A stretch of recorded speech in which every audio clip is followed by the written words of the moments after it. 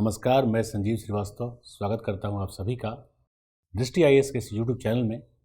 इसके पहले वाले वीडियो में अर्थात जो BPSC Bihar public service commission का 66th पीटी का परीक्षा हुआ था, उसके कुल प्रश्नों को अर्थात जो भूगोल और पर्यावरण संबंधी प्रश्न थे वो 23 थे, 23, जिनको दो पार्ट में अर्थात पार्ट 1 और पार्ट 2 में बांटकर आप तक संप्रेषित किया जाना था।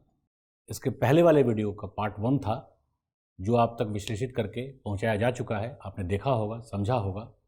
और टीम दृष्टि का यह प्रयास है इस यूट्यूब चैनल के माध्यम से जो परीक्षार्थी परीक्षा तैयारी के अंतर्गत दृष्टि के केंद्र में आकर क्लास नहीं कर पाते दृष्टि के सेंटर पर, उन तक भी हम उस गुणवत्ता को पहुंचाएं, संप्रेषित करें ताकि वो इसका लाभ उठा सकें। क्योंकि कई ऐसे परीक्षार्थी हैं जो किसी कारणवश क्लास नहीं कर पाते, हालांकि अब ऑनलाइन क्लासेस भी प्रारंभ हो चुकी हैं, तो उन तक उस गुणवत्ता को या बेहतर रणनीति को पहुंचाया जा सके ताकि अपने चयन को सुनिश्चित कर सकें।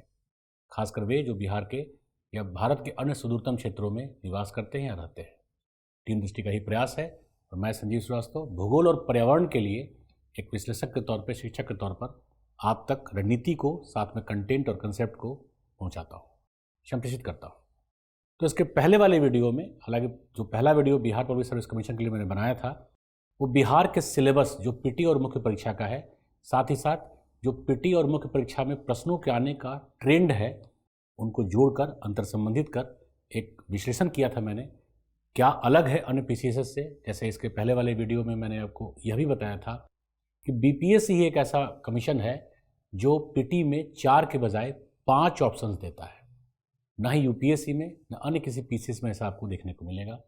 इसके अलावा मुख्य परीक्षा में भी प्रादेशिक नियोजन और विकास से संबंधित प्रश्न केवल बीपीएससी में ही आते हैं, कुछ सीमित रूप से राजस्थान पीसीएस में भी आते हैं, परंतु बीपीएससी इसके लिए प्रसिद्ध है।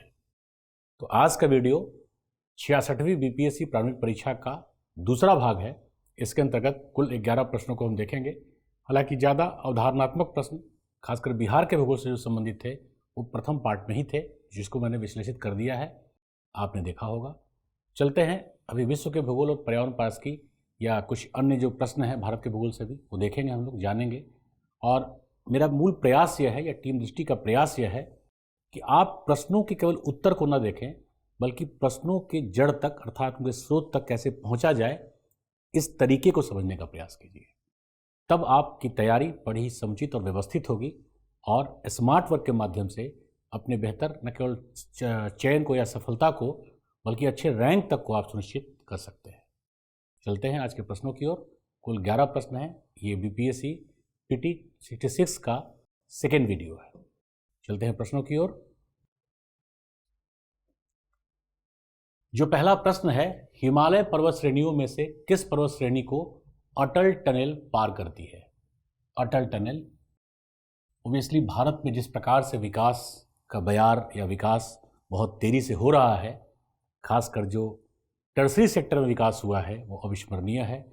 वैश्वीकरण के बाद से भारत में सबसे पहले आप जब 80s के दशक तक देखिएगा तो भारत के सबसे लंबी सुरंग में जवाहर टनल का नाम आता था, जिसे ओल्ड मुगल रोड भी कहा जाता था। परंतु आज जो अटल टनल है जिसकी लंबाई लगभग 9.2 किलोमीटर है, बहुत ही शानदार और भव्य प्रकार से बनाया गया है। लेकिन भारत की सबसे लंबी सुरंग या टनल नहीं है। भारत की सबसे लंबी टनल है डॉक्टर श्यामा प्रसाद मुखर्जी टनल, जो जेएनके में बनाई गई है। उसकी लंबाई लगभग 9.8 किलोमीटर, 9.28 किलोमीटर, और ये 9.2 किलोमीटर। अर्थात जो श्यामा प्रसाद मुखर्जी टनल है 9.28 या 3 कह सकते हैं, 9.3 किलोमीटर्स, वो इससे भी ज़्यादा बड़ा तो है ही, साथ में वो कई जगह 6 लेन प्रॉपर है। अर्थात जो श्यामा प्रसाद मुखर्जी टनल है, डॉक्टर श्यामा प्रसाद मुखर्जी कश्मीर के संदर्भ में ही अनशन करते हुए उनका देहांत भी हुआ था, कश्मीर में ही बनाया गया है। तो ये प्रश्न है कि अटल टनल किस श्रेणी को पार करती है या किस श्रेणी को काटकर बनाया गया है। देखिए, जो पश्चिमी पीर पंजाल है ये बेसिकली कश्मीर में है। सबसे पहले हमें कैसे इस प्रकार के प्रश्नों को समझना चाहिए। ये कश्मीर में है, लद्दाख कश्मीर में है, जास्कर कश्मीर में है। लेकिन जो पूर्वी पीर पंजाल है अर्थात पश्चिमी पीर पंजाल कश्मीर में है, परंतु जो पूर्वी पीर पंजाल है वो हिमाचल प्रदेश में है। और अगर इस प्रकार से आप प्रश्नों को तैयार करें, जैसे टनल को लें तो भारत का सबसे लंबी जो टनल है डॉक्टर श्यामा प्रसाद मुखर्जी टनल, जिसकी लंबाई है 9.28 या 3 किलोमीटर। ये भारत की सबसे लंबी सुरंग है। ये बनाया गया है कश्मीर में, तो ऑब्वियसली ये इधर वाले में आ जाएगा, बाकियों में आ जाएगा। परंतु जो अटल टनल है इसकी लंबाई 9.2 किलोमीटर है। ये व्यवहार में 1.1 किलोमीटर है, इसको 2 किलोमीटर में बोलते हैं, 9.2 किलोमीटर्स। और ये बना है हिमाचल प्रदेश में, यानी ये तो कश्मीर में है JNK में, ये बना है हिमाचल प्रदेश में। तो अब आप अगर पर्वतों के लोकेशन को देखेंगे तो जो जास्कर है, पश्चिमी पीर पंजाल है, लद्दाख है, ये तीनों की तीनों कश्मीर में हैं। और पूर्वी पीर पंजाल अर्थात पीर पंजाल का जो पश्चिमी भाग है, बेसिकली पीर पंजाल कहते हैं मध्य हिमालय को। जो कश्मीर और हिमाचल प्रदेश में मध्य हिमालय है उसी को कहते हैं पीर पंजाल श्रेणी, अर्थात महान हिमालय के जो दक्षिण में है। तो कश्मीर वाला जो भाग है वो पश्चिमी पीर पंजाल है, और जो हिमाचल प्रदेश का भाग है जिस पर शिमला या धर्मशाला आदि लोकेटेड हैं, उनको हम कहते हैं पूर्वी पीर पंजाल। तो ओवरऑल जो लेह से मतलब जो मनाली मार्ग है वो अटल टनल के द्वारा जोड़ा जाता है। रोहतांग पास से जो पूर्वी पीर पंजाल है वो मनाली मार्ग को जोड़ता है 9.2 किलोमीटर। तो इसका उत्तर हो जाएगा पूर्वी पीर पंजाल। ठीक है, तो थोड़ा सा लोकेशन वाइज यदि आप समझते हैं हिमाचल के साथ तो उत्तर जल्दी आराम से बन जाता है। चलते हैं हम लोग दूसरे प्रश्न की ओर। दूसरा प्रश्न है, भारतमाला परियोजना से भारत का निम्न में से कौन सा इंफ्रास्ट्रक्चर क्षेत्र संबंधित है? देखिए ये भी टर्सरी सेक्टर से ही है। दूरसंचार क्षेत्र, रेलवे, सड़क इंफ्रास्ट्रक्चर, बंदरगाह क्षेत्र, उपयुक्त में से कोई नहीं या उपयुक्त में से एक से अधिक। तो इसका उत्तर होगा सड़क क्षेत्र।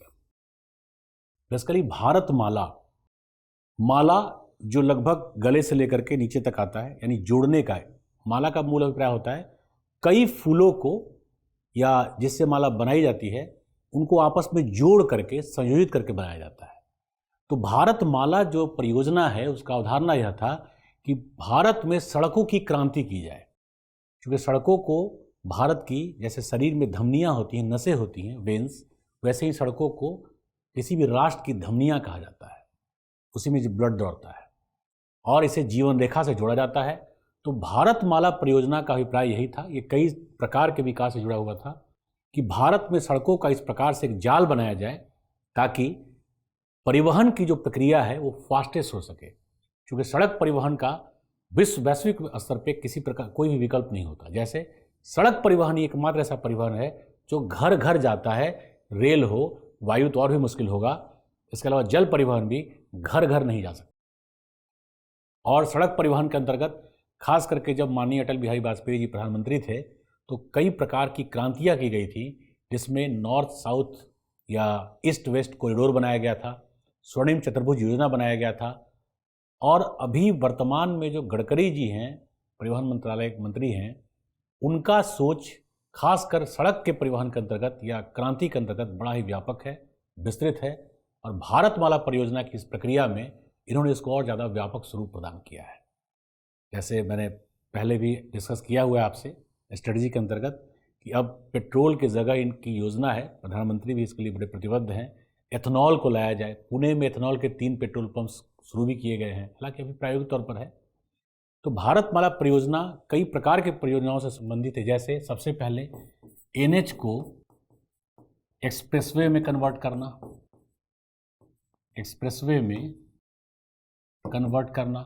एक्सप्रेसवे का मतलब हो जाता है कम से कम 6 लेन सड़क बनाई जाए, रेड लाइट से बिल्कुल वो फ्री हो, टोल टैक्स तो हो परंतु रेड लाइट से फ्री हो।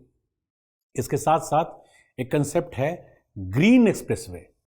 ग्रीन एक्सप्रेसवे का कंसेप्ट क्या होता है? ग्रीन एक्सप्रेसवे, इसका मतलब होता है प्रबंधन यहां का श्रेष्ठ होना चाहिए। जैसे देखिए NH जो नेशनल हाईवे होता है वो भी कई जगह 6 लेन, 8 लेन या 4 लेन तो है ही, कई जगह 1 लेन मतलब एक ही कोई डिवीज़न नहीं है, कोई डिवाइडर नहीं है, सड़कें उस पर आती जाती हैं। खासकर बिहार में आप देखेंगे, मैंने तो यहाँ तक देखा कि पटना में जो बाईपास है, हालांकि वो बाईपास रह नहीं गया, क्योंकि बेउर तक उधर बाईपास को उस तरफ जो गया वाला रोड है उस तरफ भी बस्तियाँ बसी हुई हैं, लेकिन अभी भी वो बाईपास जो गंगा सेतु से लेकर के अनीसाबाद होते हुए गुजरता है, उस सड़क को डबल तक नहीं किया गया है। ये काफ़ी घातक हो सकता है। एनीवे, जो एनएच है, तो ओवरऑल एनएच हो या इस प्रकार का कोई बाईपास हो, उसको एक्सप्रेसवे में, और खासकर यदि ग्रीन एक्सप्रेसवे में हम कन्वर्ट करते हैं, तो सबसे बेहतर व्यवस्था वहाँ की ये होती है कि प्रबंधन ऑप्टिमम लेवल का होता है, अर्थात टोल टैक्स पर भी एक टोल पे, मतलब जहाँ से गाड़ियाँ गुजरती हैं, ज़्यादा से ज़्यादा 5 गाड़ियाँ हों, अर्थात टोल के एरियाज़ को ज़्यादा वाइड कर दिया जाए ताकि जाम कम से कम लगे। वरना आप देखेंगे कई जगह एक्सप्रेसवे पर 4 या 6 लेन तो है, 6 लेन है, परंतु 6 लेन ही गाड़ियों के टोल टैक्स का ही बना हुआ है। तो कई बार वहाँ पे लंबी, मतलब 1-1 किलोमीटर दूर तक जाम लग जाता है। उत्तर प्रदेश और बिहार में इस प्रकार की समस्याएं बहुत ही ज़्यादा है, क्योंकि लोकल पब्लिक भी एक्सप्रेसवे पर ही यात्रा करना पसंद करते हैं।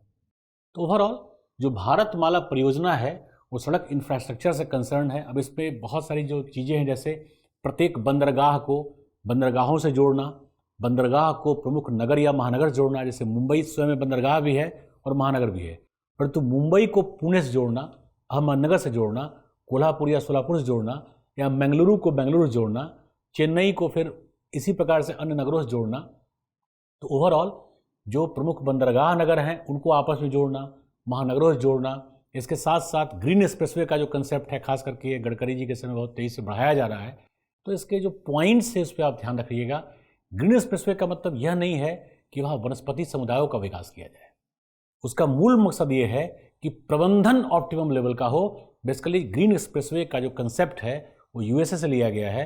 जो ग्रीन एयरपोर्ट आप सुनते हैं, ग्रीनफील्ड एयरपोर्ट, तो ग्रीनफील्ड एयरपोर्ट का तात्पर्य भी पर्यावरण सम्मत तो है, परंतु वहाँ वृक्षारोपण से संबंधित नहीं है, क्योंकि एयरपोर्ट के आसपास तो वृक्ष लगा ही नहीं सकते, पक्षी आएंगे, दुर्घटना हो सकता है। लेकिन डस्ट लिस्ट या उसके 12 मापक हैं, कंपोनेंट्स हैं, जिनके आधार पर निर्धारित होता है कि यह एयरपोर्ट ग्रीनफील्ड एयरपोर्ट होगा या नहीं। उसी ग्रीनफील्ड एयरपोर्ट के पैमानों पे आधार पर जो सड़क परिवहन है उसमें ग्रीन एक्सप्रेसवे का कंसेप्ट लाया गया, जो भारत में बड़े तेजी से क्रियान्वित किया जा रहा है। ये समान सा प्रश्न था और हल्का भी, यदि आपने परिवहन को देखा है इंडिया एयरबुक में, या ये बड़ा ही कॉमन सा फैक्ट था, तो आपको इसका उत्तर मिल जाएगा, सड़क इंफ्रास्ट्रक्चर। तो कभी डिटेल में फिर इस पर चर्चा करेंगे हम लोग। आगे चलते हैं दूसरे प्रश्न की ओर। अगला प्रश्न विश्व के भूगोल से है। भौगोलिक क्षेत्र की दृष्टि से जापान का सबसे बड़ा द्वीप कौन सा है? जापान का सबसे बड़ा द्वीप, देखो जापान में लगभग 7000 आइलैंड्स हैं, छोटे और बड़े। उसमें कई द्वीप तो 10 स्क्वायर फीट के ही हैं, और वैसे 7000 टोटल आइलैंड्स हैं जापान में। धीरे धीरे आंकड़ा ये बढ़ता ही जा रहा है। जैसे आप अंडमान निकोबार को भी देखेंगे तो पहले उसमें 232 आइलैंड्स को ही दिया जाता था, एनसीईआरटी में 223 ही है, परंतु इंडिया बुक आप पढ़ेंगे तो 575 से अधिक द्वीप समूह या द्वीप अंडमान निकोबार द्वीप समूह में शामिल है। ये इसलिए भी होता है क्योंकि कई बार द्वीप जलमग्न हो जाते हैं। कई द्वीप इतने आकार में छोटे हैं कि उनका पता ही नहीं चलता। वर्तमान में जापान में 7000 द्वीप हैं, लेकिन जो सबसे बड़ा केंद्रीय द्वीप है उसका नाम है होन्शु। जैसे होन्शु, होक्काइडो, नगोया, आइची, शिकोको, ये सब आइलैंड्स हैं, परंतु होन्शु जो केंद्रीय है यही सबसे बड़ा है। इसको आप मानचित्र पे देखिए। जैसे ये जापान है, एशिया हो गया, यहीं पे कोरिया है। अब इसमें आप देखिएगा ये होन्शु है पूरा, ये इसी में याकोहामा से लेकर के पूरा का पूरा औद्योगिक प्रदेश है, यही है होन्शु, ठीक है। इसके अलावा यहाँ पे शिकोकू है, क्योन्शु है ना। ओवरऑल यहाँ पे सबसे ऊपर में होक्काइडो है। ये सब वोल्केनिक आइलैंड्स हैं, लेकिन जो सबसे बड़ा है वो है होन्शु।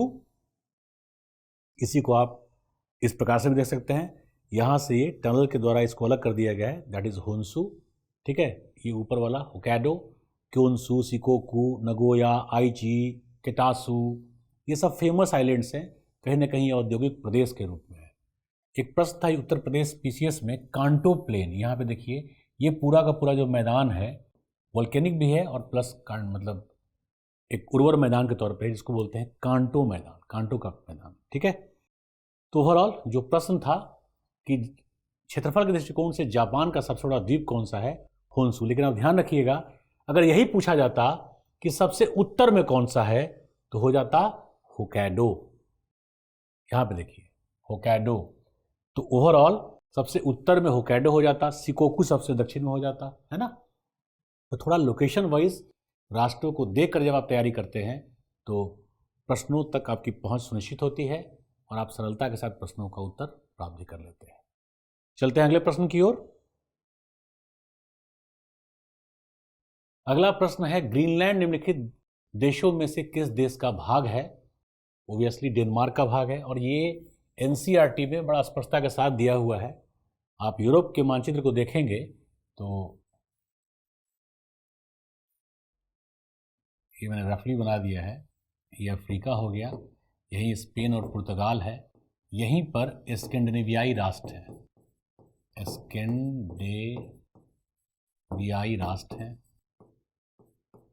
अर्थात जो स्कैंडिनेवियाई राष्ट्र हैं उनमें डेनमार्क प्रमुख है। और वैसे जो ग्रीनलैंड है महाद्वीपीय अवस्थिति के अनुरूप ये उत्तर अमेरिकी महाद्वीप का भाग है। आप देखेंगे जो लेब्राडोर प्रायद्वीप है उत्तर अमेरिका का, मतलब कनाडा में है, वो लेब्राडोर प्रायद्वीप के उत्तर पूर्व में अवस्थित है ग्रीनलैंड। परंतु अगर इस प्रभुत्व को देखेंगे तो स्कैंडिनेवियाई राष्ट्र जो यूरोप का डेनमार्क है उसी के अधीन ये ग्रीनलैंड आता है।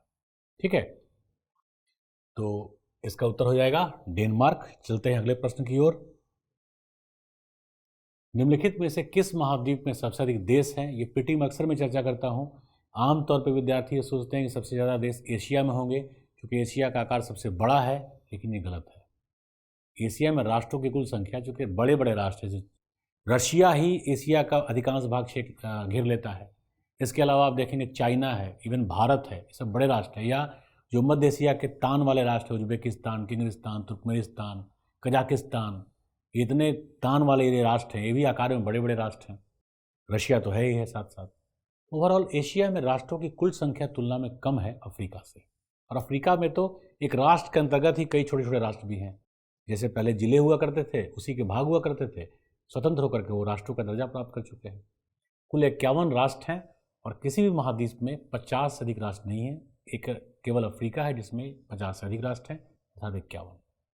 तो सबसे ज़्यादा राष्ट्र कहाँ मिलेंगे आपको, अफ्रीका में मिलेंगे।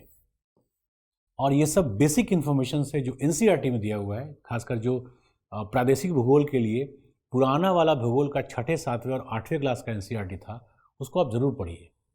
जो प्रादेशिक सूचनाएं हैं, जैसे अक्सर विद्यार्थी कंफ्यूज करते हैं कि जल विद्युत की संभावनाएं किन किन राष्ट्रों में ज़्यादा हैं। आपको जानकर घोर आश्चर्य होगा कि जल विद्युत के पोटेंशियल में विश्व का सबसे धनी राष्ट्र है नेपाल और दूसरा सबसे धनी राष्ट्र है भारत। जल विद्युत की संभावनाओं को देखें तो, या अक्सर कई बार विद्यार्थी लिख देते हैं कि दक्षिण भारत की नदियों में हाइडल पावर प्रोजेक्ट अर्थात जल विद्युत की संभावनाएं ज़्यादा हैं। संभावनाएं हमेशा उत्तर भारत में अर्थात हिमालयी नदियों में ज़्यादा हैं, चूँकि रैपिड्स अर्थात उछलिकाएँ वहाँ ज़्यादा बनती हैं। तो एनसीईआरटी में बड़े बेसिक फंडामेंटल फैक्ट्स हैं, लॉजिक के साथ समझा करके लिखे गए हैं। छोटे बच्चों के लिए, 6ठे, 7वें, 8वें के लिए है, उसको जरूर तैयार करिए। और बीपीएससी के प्रश्नों के ट्रेंड को मैंने देखा है कि उस पुराने वाले 6ठे, 7वें, 8वें के एनसीईआरटी से लगभग 5 प्रश्न तो आ ही जाते हैं और बहुत कम समय में, मतलब 6-7 दिन में आप तीनों एनसीईआरटी पढ़ करके बढ़िया से तैयार भी कर लेंगे। थोड़ा उसको बस करंट से आपको अपडेट करना होगा, क्योंकि 30 साल 40 साल पुराने डेटाज हैं उसमें। तो सबसे ज़्यादा राष्ट्रों वाला जो महाद्वीप है, महादेश है, वो है अफ्रीका। ठीक है, चलते हैं अगले प्रश्न की ओर। दिसंबर 2018 के अनुसार विश्व के निम्नलिखित किस देश में सबसे अधिक भारतीय आबादी है। जनरली आप देखेंगे कई बार आयोग भी उत्तर गलत दे देता है कि यूनाइटेड स्टेट्स ऑफ अमेरिका में होगा, लेकिन ये गलत है। इसका उत्तर होगा यूनाइटेड अरब अमीरात। लगभग 3.2 मिलियन पॉपुलेशन यूनाइटेड अरब अमीरात में है और केवल 2.8 मिलियन ही यूएसए में है। आप देखिए अंतर भी थोड़े मोड़े का नहीं है कि फ्लक्चुएट करके इधर से उधर हो जाएगा। यूनाइटेड अरब अमीरात में जो इंडियन डायस्पोरा के ज़्यादा होने का कारण ये है कि भारत में इंजीनियर्स से लेकर के जो लेबर क्लास, हालांकि स्किल्ड होते हैं, वो लेबर क्लास तक जो माइग्रेट किए हैं उनकी संख्या बहुत ज़्यादा है। जिस प्रकार से महाराष्ट्र में आप देखेंगे ऑटो वाले, टैक्सी वाले उत्तर प्रदेश और बिहार से बहुत ज़्यादा मिलते हैं, झारखंड से, मध्य प्रदेश से तो कम है, बिहार यूपी से ही ज़्यादा हैं लोग, झारखंड से। वैसे ही आप यूनाइटेड अरब अमीरात में देखेंगे तो ऑटो, मतलब वहाँ पे जो कैब का सिस्टम है, उस बिज़नेस में भी इंडियंस काफ़ी ज़्यादा आ चुके हैं। इसके अलावा एंटरप्रेन्योरशिप में, अर्थात जो कैपिटल का इन्वेस्टमेंट है तेल के कुओं में, खासकर तकनीकी दक्षता के साथ, मतलब पूंजी के अलावा तकनीकी का जो निवेश है वो भारतीयों के द्वारा काफ़ी ज़्यादा मात्रा में किया गया है।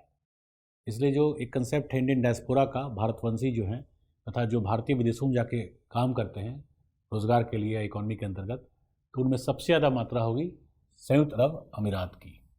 तो ध्यान रखिएगा, यूएसए, यूके और मलेशिया तो वैसे ही काफ़ी पीछे हैं। यूके अब काफ़ी पीछे हो गया है, बल्कि इनसे ज़्यादा जनसंख्या कनाडा में मिलेगा, है ना। तो टॉप पे होगा संयुक्त अरब अमीरात, और इस प्रश्न का उत्तर यही है। चलते हैं अगले प्रश्न की ओर। अगला प्रश्न है, निम्नलिखित देशों में से किस देश में 2019 में सालाना सबसे अधिक सोने का उत्पादन हुआ? 19 नहीं, मैं कह रहा हूं 2010 के बाद से। 10 के पहले रशिया सबसे बड़ा सोने का उत्पादक राष्ट्र था, लेकिन जब से पुतिन आए, पुतिन फिर से, अब तो खैर सारा का सारा प्रभाव ही उन्हीं के पास है। पुतिन जब रशिया का फिर से प्रधानमंत्री बने थे, तो उसके बाद से उन्होंने कुछ ऐसी पॉलिसीज़ बनाई जो यूएस से भी काफ़ी कंसर्न थी कि सोने का भंडार तो रशिया के पास चाइना से ज़्यादा है, लेकिन उत्पादन को कम किया जाए ताकि मूल्य को नियंत्रित बेहतर प्रकार से किया जा सके। उसमें महंगाई या विश्व बाजार में व्यापार की जो भूमिका है, उसमें रशिया का जो ओवरऑल प्रोपोर्शन था, उन सब के अंतर्गत एक बेहतर आर्थिक नीति का निर्माण करवाया पुतिन ने, और सोने के उत्पादन को थोड़ा घटा दिया। 10 के बाद से लगातार अभी तक, मतलब 20 तक के डेटा को आप देखेंगे तो चाइना गॉट टॉप रैंक, अर्थात चीन प्रथम स्थान पे है, उसके बाद है रूस, अभी भी रूस दूसरे स्थान पर है, इसके बाद है ऑस्ट्रेलिया तीसरे स्थान पर है, और चौथे स्थान पर है यूएसए। हालांकि यूएसए सोने का उत्पादन काफ़ी कम करता है इनकी तुलना में, मतलब चाइना जितना कुल उत्पादन करता है सोने का एक वर्ष में, यूएसए लगभग उसका 1/4 ही करता है। देखिए, चाइना में चूँकि कंस्ट्रक्शनल वर्क्स या जो संरचनात्मक कार्य हैं बहुत तेज़ी से हो रहे हैं, इसीलिए यूएनडीपी का यह फोरकास्ट, मतलब एक अनुमान है कि 2050 के आसपास तक चाइना की इकॉनमी, हो सकता है यूएस की इकॉनमी को पीछे छोड़ दे। लेकिन अभी इस पूरे जो कोविड-19 का समय चल रहा है, दिसंबर 2021 में दूसरे सप्ताह में हम लोग हैं, इस समय चाइना में रिसेशन की अवस्थाएं निर्मित हो रही हैं। यदि आप इकॉनमी या करंट अफेयर्स को देखते होंगे तो, अर्थात जो मंदी का दौर है वहाँ बड़ा तेज़ी से आ रहा है, क्योंकि बड़े बड़े जो निवेशक थे वो कोलैप्स कर गए हैं, अर्थात उनके निवेश का बेसिक भी रिटर्न नहीं हो पा रहा, लाभ तो बहुत दूर की बात है, जिसकी वजह से इंडियन जो चाइनीज़ इकॉनमी है वो काफ़ी संकट के दौर से गुजर रही है। इस संकट के दौर में चाइना ने 19-20 में सोने का उत्पादन और तेज कर दिया है, क्योंकि यद्यपि चाइना को इस कोविड-19 के कारण लाभ ही हुआ है, लेकिन ये लाभ तुलनात्मक रूप से हुआ है, अर्थात जो टोटल मैन्युफैक्चरिंग सेक्टर है वो कुछ ही सेक्टर चाइना का बहुत तेज़ी से बढ़ा है, बाकी सेक्टर्स गिरे हैं। तो चाइना ने उसको मेंटेन करने के लिए, हालांकि चाइना 10 से ही टॉप पर है सोने के उत्पादन में, लेकिन उसको मेंटेन करने के लिए चाइना ने सोने के उत्पादन को और तेज़ कर दिया है। जो 19 और 20 जो कोविड-19 का 19 के लास्ट समय से आ गया था, इसलिए उसको कोविड-19 कहते हैं, सोने के उत्पादन में और तेज़ी ला दिया। एनीवे, इकॉनमी से कंसर्न होकर के पूरे वैश्विक अंतर्राष्ट्रीय राजनीतिक मुद्दे जाते हैं, इसलिए इनको जोड़ करके समझिएगा तो ज़्यादा बेहतर होगा। और पीटी के साथ साथ मुख्य परीक्षा तक के जो कंसेप्चुअल प्रश्न आते हैं वो आपके रीच में होंगे, इसलिए थोड़ा मैं जोड़ करके अंदर संबंधित करके आप तक इसको संप्रेषित कर रहा हूँ। चलते हैं अगले प्रश्न की ओर। पर्यावरण और पारिस्थितिकी का प्रश्न है, भारत के किस राज्य में वन्य जीव अभयारण्य सबसे अधिक हैं? अनडाउटेबली महाराष्ट्र में सबसे अधिक हैं, क्योंकि महाराष्ट्र में जो वन्य जीव अभयारण्य का मतलब हुआ वाइल्ड लाइफ सेंचुरी। जो महाराष्ट्र है वहाँ पर कुल 48 हैं, जबकि मध्य प्रदेश में केवल 25 है।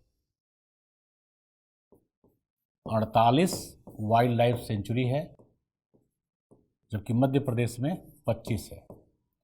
कर्नाटक में 18 है और यहाँ पर 15 है। तो कोई डाउट ही नहीं होगा, जैसे अगर 48-47 का मामला होता तो कई बार ये होता है कि नए वाइल्ड लाइफ सेंचुरीज भी राज्य सरकारें बना देती हैं। नेशनल पार्क तो हमेशा केंद्र सरकार संसद में विधेयक प्रस्तुत करके ही बनाती है, परंतु जो वन्य जीव अभयारण्य है वो स्टेट लिस्ट से कंसर्न होता है, इसे राज्य सरकारें भी चाहें तो बना सकती हैं। यहाँ तक जो टाइगर रिजर्व है वो भी राज्य सरकारें बना सकती हैं, परंतु जो राष्ट्रीय पार्क अर्थात नेशनल पार्क होते हैं उनके निर्माण में संसद में विधि के द्वारा ही उनका निर्माण या उसमें किसी प्रकार का संशोधन हो सकता है। ये सब जो पर्यावरण के अवधारणाएं हैं, national park, wild life sanctuary या बायोस्फीयर रिजर्व में क्या अंतर है या क्या उनकी विशेषताएं हैं, इस प्रकार से तैयार कीजिएगा। खासकर यूपीएससी में तो ऐसे प्रश्न निरंतर आते हैं।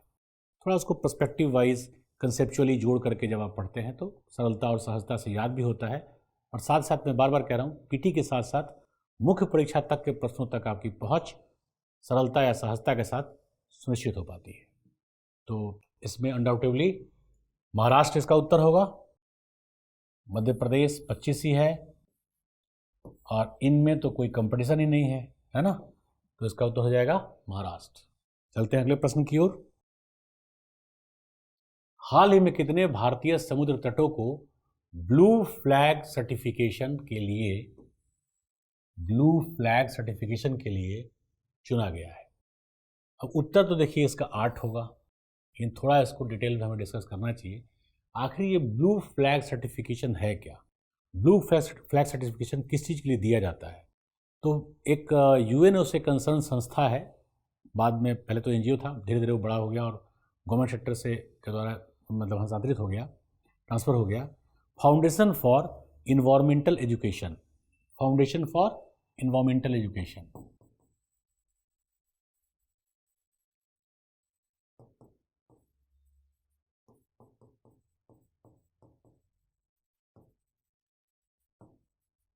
या हम कह लें इसी को एक कॉन्ट्रैक्ट है यूएनओ के द्वारा कि आप बीचेस का प्रबंधन किस प्रकार से हो रहा है, इस पर ध्यान दीजिए। तो फाउंडेशन फॉर इन्वायरमेंटल एजुकेशन जो है वो खास करके जो सागरीय पुलिन है, जिसको कहते हैं ओशनिक बीचेस, सागरीय पुलिन कहते हैं उसको, यहाँ पर पर्यटन एवं पर्यावरण का प्रबंधन कैसा है, इसी को ध्यान में रखकर फाउंडेशन फॉर इन्वायरमेंटल एजुकेशन ये ब्लू फ्लैग सर्टिफिकेशन देता है, सर्टिफिकेट कहते हैं उसको। इस ब्लू फ्लैग सर्टिफिकेट का तात्पर्य क्या है? तो इसके 5 मूल आधार हैं जिनको एक कंपोनेंट के तौर पे फाउंडेशन फॉर इन्वायरमेंटल एजुकेशन रखता है। वो पहला आधार यह है कि सागरीय क्षेत्र में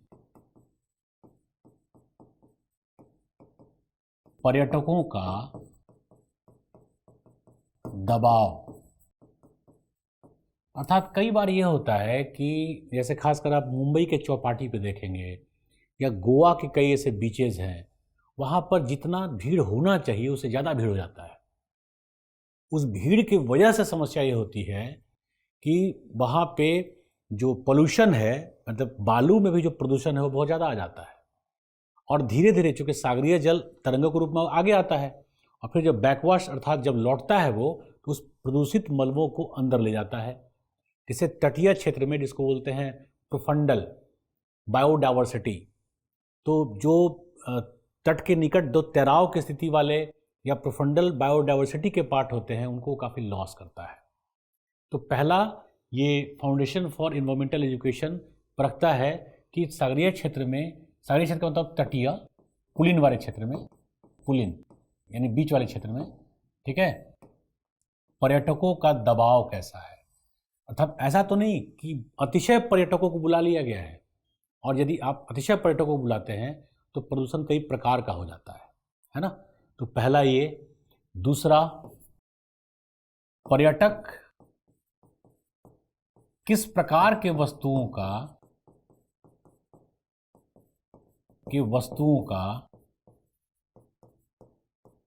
प्रयोग करते हैं, ये दूसरा है। जैसे आप अगर पढ़ेंगे तो अंडमान निकोबार में हैवलॉक आइलैंड बहुत बड़ा एक डेस्टिनेशन है पर्यटकों का।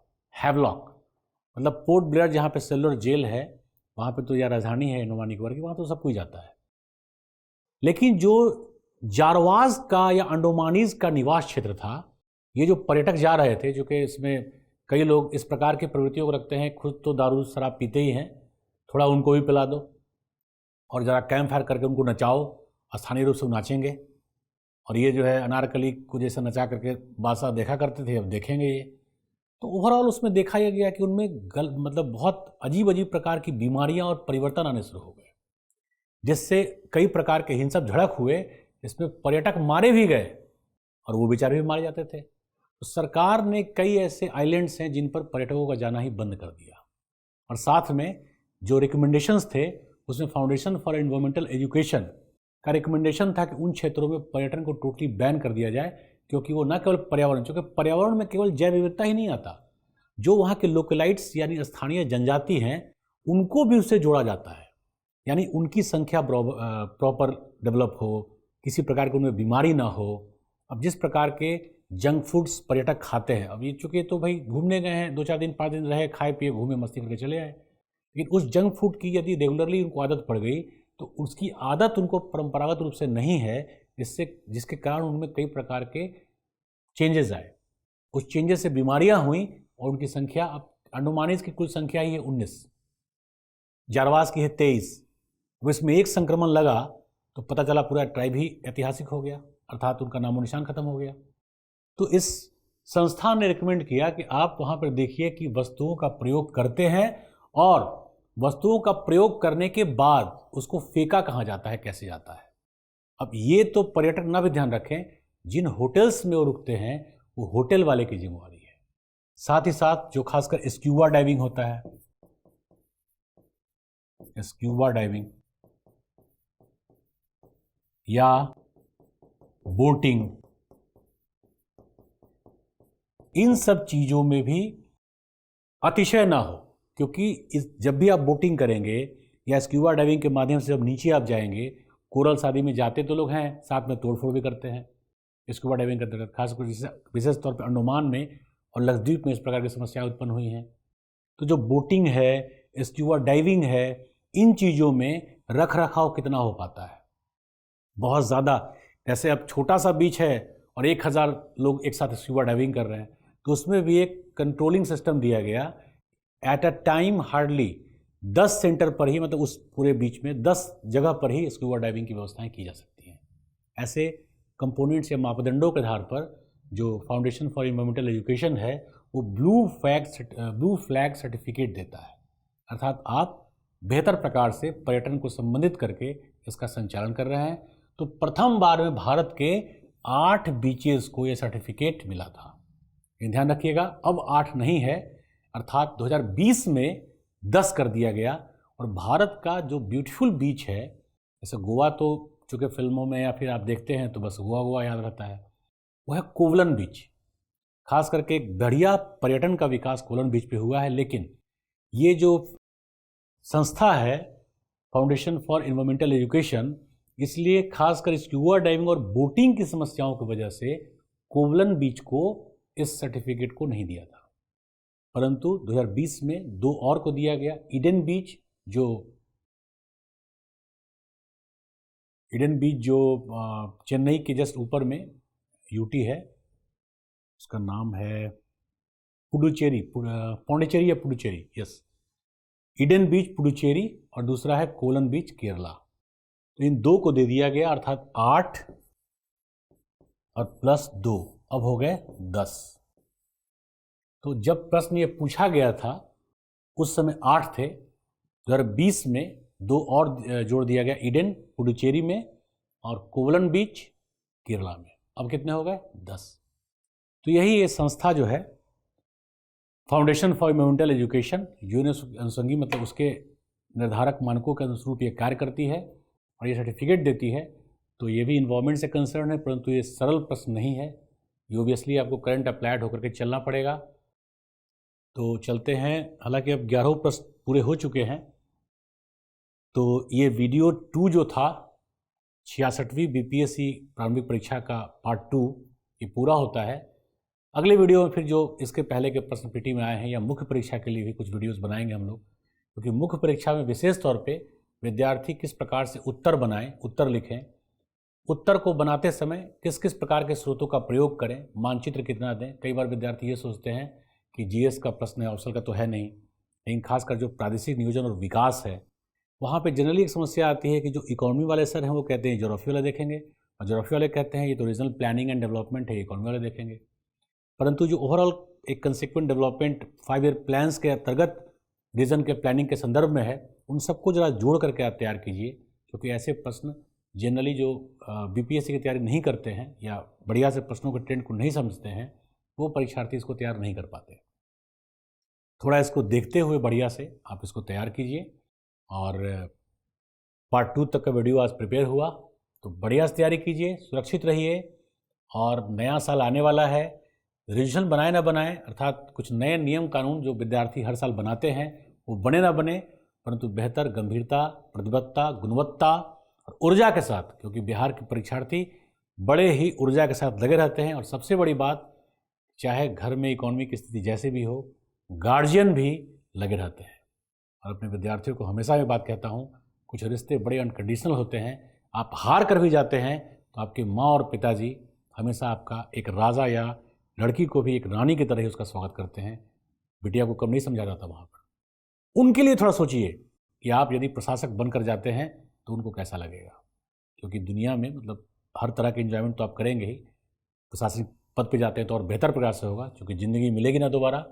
लेकिन इस रिश्तों के प्रति भी थोड़ी सी जिम्मेवारी बढ़ाइए माँ और पिताजी के प्रति, क्योंकि वो आपसे कुछ नहीं चाहते। प्रशासनिक अधिकारी भी आप बनेंगे, लेकिन आपके बनने मात्र से जैसे उनका सीना चौड़ा हो जाता है, नरेंद्र मोदी जी का तो 56 इंच का ही है, उनका 66 से 86 इंच का हो जाता है कि हमारा बेटा या हमारी बिटिया प्रशासनिक अधिकारी हैं। और बिहार में और किसी पद को माना ही नहीं जाता, कम से कम प्रशासनिक अधिकारी, नेता तो लोग वहाँ पैदाइशी होते हैं। तो सुरक्षित रहिए, लॉक्ड रहिए, डाउन मत रहिए, बेहतर तैयारी कीजिए और सफलता को सुनिश्चित कीजिए। टीम दृष्टि का भी यही प्रयास है। Thank you and all the best.